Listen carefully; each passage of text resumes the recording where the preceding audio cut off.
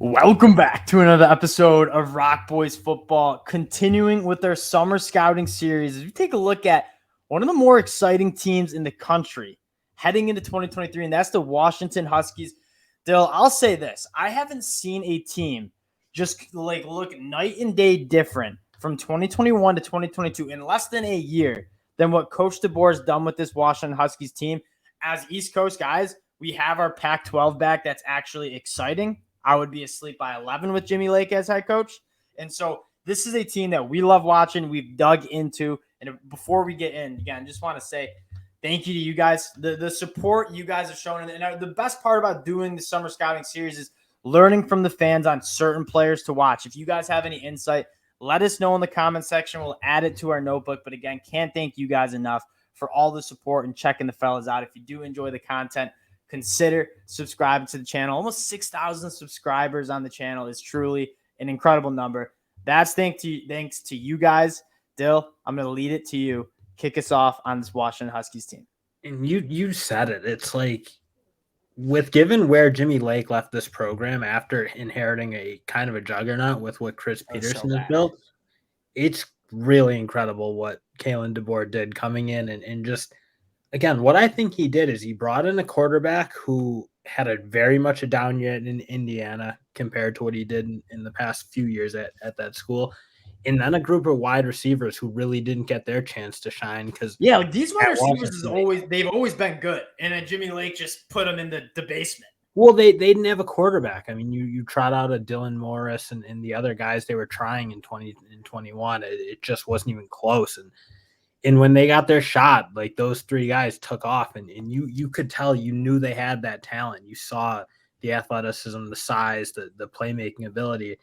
And once Penix gave them a shot, they just turned into arguably the best trio in the country. Yeah, I don't know if you could find me like maybe Ohio State with Marvin Harrison, Emeka Egbuka, and Julian Fleming. But in terms of like production and on-field performance, it's really hard to find a better wide receiver trio than what you're looking at with Washington. I want to start with Michael Penix because this was a top 10 team on the offensive side of the ball. Pretty much any metric you look at, yards per game, points per game, efficiency. This was an elite offense. I don't think it's crazy for them to take even another step. 12 months ago, Michael Penix was in a quarterback battle. I remember us talking about who is going to be the quarterback for Washington. Now Michael Penix has the whole spring, whole fall camp where he's the guy. He's the one taking quarterback one reps with all these wide receivers. Dill, I don't think it's crazy for this offense. And there's not many steps more to be taken, but for this offense to take even another step in 2020. And that's got to be why Penix came back. I mean, this is a guy who 100% could have gone to the draft in a very weak group of quarterbacks, or especially after the top two or three. He's a guy, again, I think he gets drafted if he goes, but I mean, this year he's very much, I think, in the battle for the Heisman with 100%. This crop of wide receivers. And again, taking it up a notch with Kalen DeBoer and being the guy for a whole year. Again, I think when these type of guys come back, you kind of expect that they know something. Like they know something could click. You saw, I think, with Bo Nix at Oregon came back. I think you saw Jordan Travis come back to Florida State and Michael Penix come back for Washington. All three of those quarterbacks, what was the big deal was, I'm sure NIL money playing a factor, but they know something special can happen in 2023. And I think that's why Michael Penix came back, because I think he knows what this offense can do. And you take a look at the pass catchers. We talked about all those studs, Rome Odunze, Jalen Polk, Jalen McMillan. And then you have a couple other guys, Jeremy Bernard coming over from Michigan State, highly touted guy out of high school, and then Giles Jackson, our guy. I mean, he's been there for a while. Obviously, we're a Michigan fan, so we know a little bit about Giles Jackson.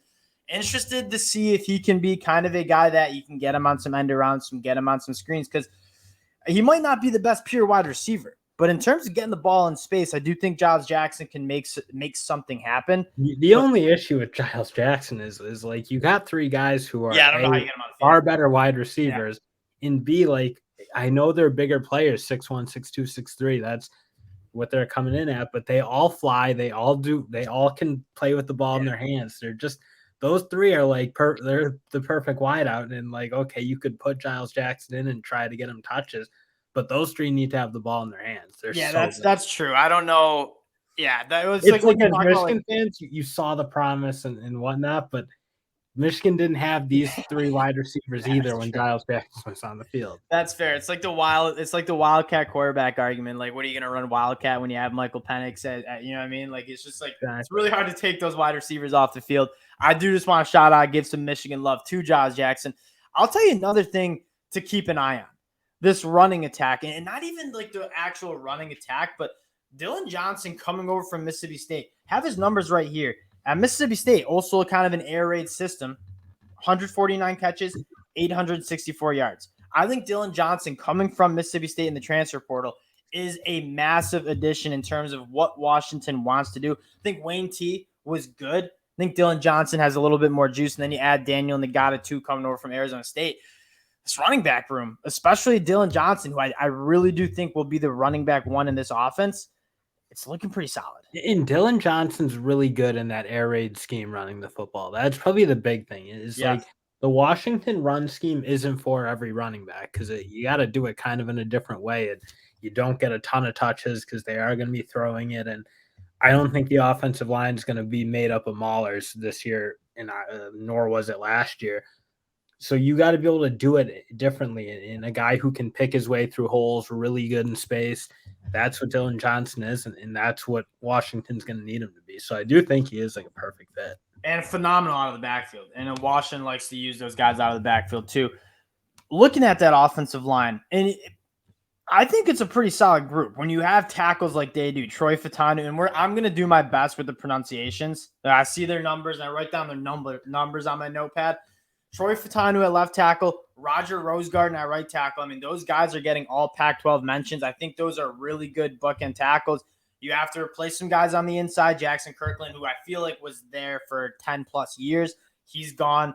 The thing I'll say with this Washington Huskies offensive line on the interior, where you might have the question marks, bunch of experience, like bunch of redshirt seniors, redshirt juniors, guys who've been in the program, big bodies. So yeah, you might have question marks at that inside, but it's probably the easiest position, those guard spots, to just plug and play. And you also have a lot of experience. I think this offensive line will be just fine heading into 2020. And that's the thing. The ball comes out so quickly. Michael Penix is so sharp, and he's not a guy who is running around back there and holding it. So it's, again, you do have two tackles who I think can stand up, and we saw them play last year. I thought they were solid. You just can't be terrible inside, and it should be fine, because at the end of the day, the way they play offense is not predicated on having a Joe Moore Award winning offensive line.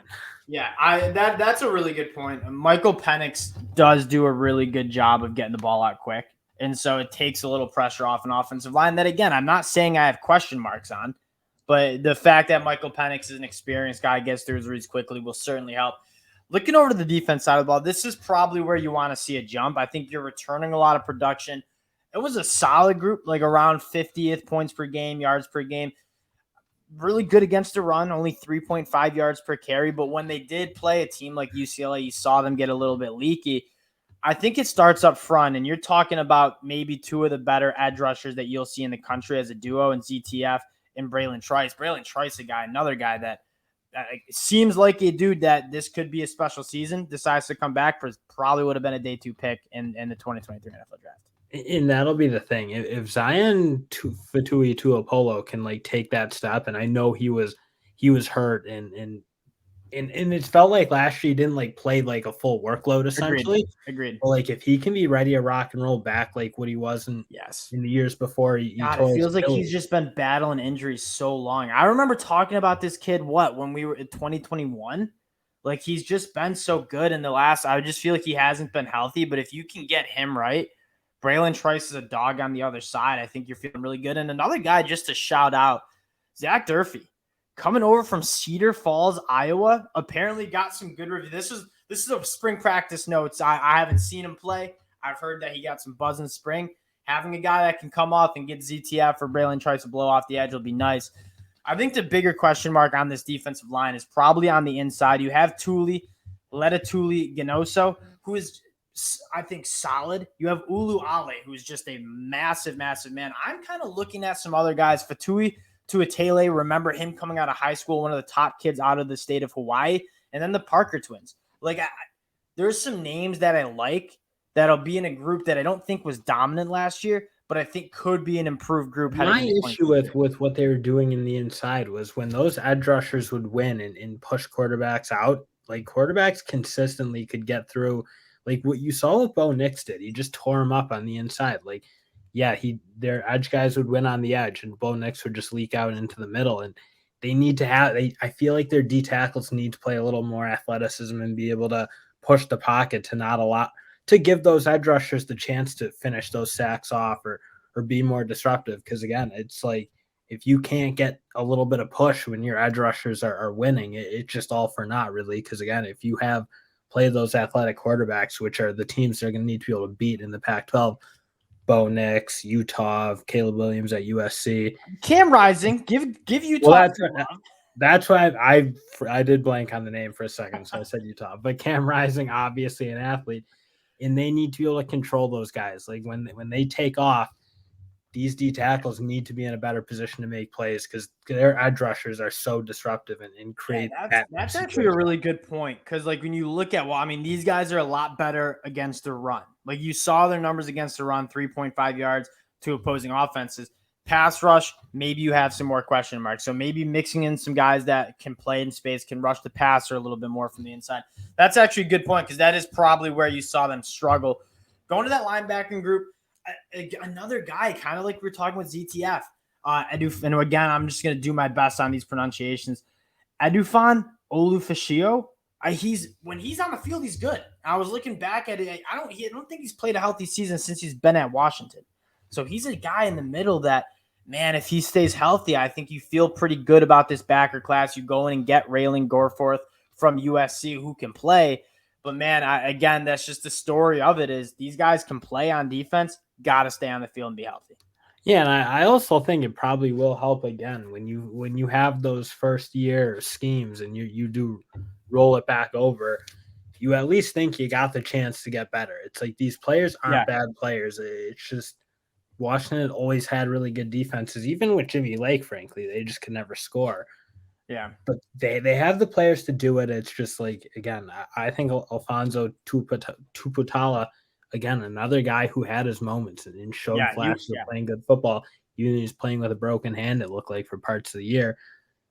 They can do it again. You kind of expect Washington to have good defenses. Last year they did take a dip, but man, if they can just get it going in the second year under the Kalen DeBoer scheme and defense. One thing I would note about evaluating Washington's defense coming from the Jimmy Lake era is that Jimmy Lake ran a lot of I formation, ran the football. Like there weren't a lot of plays in the game. He was basically like a Big Ten West offense playing in the Pac-12. So naturally your defense is going to look better in yards per game and points per game categories because there's just not as many drives. Then you bring Kalen DeBoer and Michael Penix and they're running up and down the field.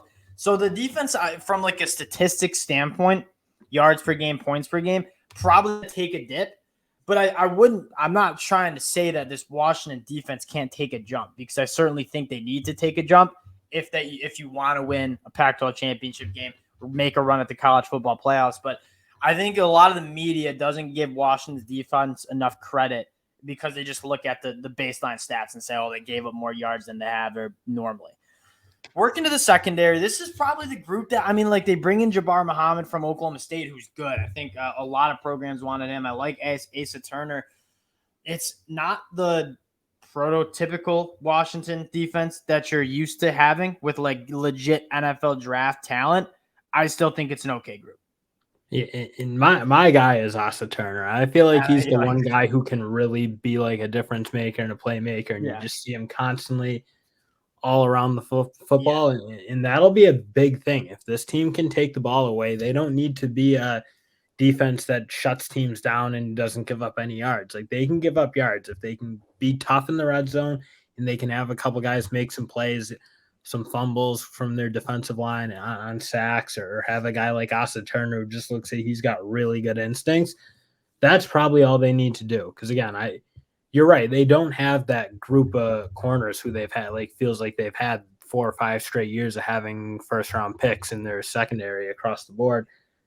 Probably not going to be the case for them this year with that, but they just got to be solid. They can't make mistakes or give up big plays, but again, with the offense they have, they don't need to be that like lockdown defense. That's actually a massive point you just made. I actually had it in my notes. I wanted to touch on it. This Washington defense averaged less than 1 turnover per game forced last year, 0.9. And so that's you talk about where this defense can take some steps. 1, stay healthy. 2, let's start turning some, give Michael Penix some more drops. I think that's what could kind of be a difference maker for this defense, just forcing a little bit more turnovers. Having a guy like Austin Turner, who's all over the field, has good instincts, certainly will help that.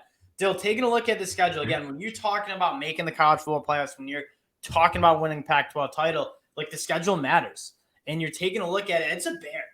This Pac-12 conference, gone are the Pac-12's back. This is arguably one of the best, I think might be the best conference in college football, and I hope we don't have any SEC listeners right now, because you look at the quarterback play, the quarterbacks you're going to have to play on a weekly basis in the Pac-12, it's loaded, Dill. But you're looking at Arizona with Jaden DeLore. That's solid. You have to go on the road at USC.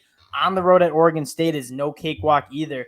How are we feeling about Washington's Washington getting the Pac-12? They don't get a break in this Pac-12 schedule. They really don't. They got the 3 big dogs. They got Oregon, USC, and Utah. And those 3 have, I guess, with Washington, I think to me are the 4 consensus best teams in this conference. They're the teams that you think if any of them are going to go have a chance to win a national title, it's going to be them.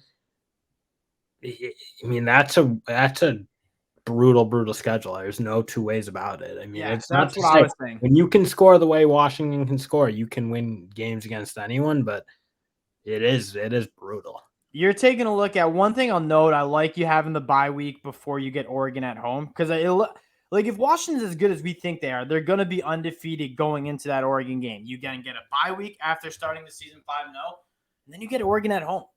That's very winnable. Then you get Arizona State and Stanford. Probably should be winning those games. And then you just get into the teeth of this. On the road at USC. Then you get Utah home. Then you got to go up to Corvallis and play Oregon State. That's going to be a brutal stretch. But I do think this Washington team, if they can pick up that win against the Ducks at home following a bye week, you're talking about Washington being a top 8 team, top maybe even 5 team at that point when you're going on the road to USC. So the sky's the limit for this program because of how good this offense is. You just got to make sure you're consistent down the stretch and that you stay healthy. That's probably the key for Washington.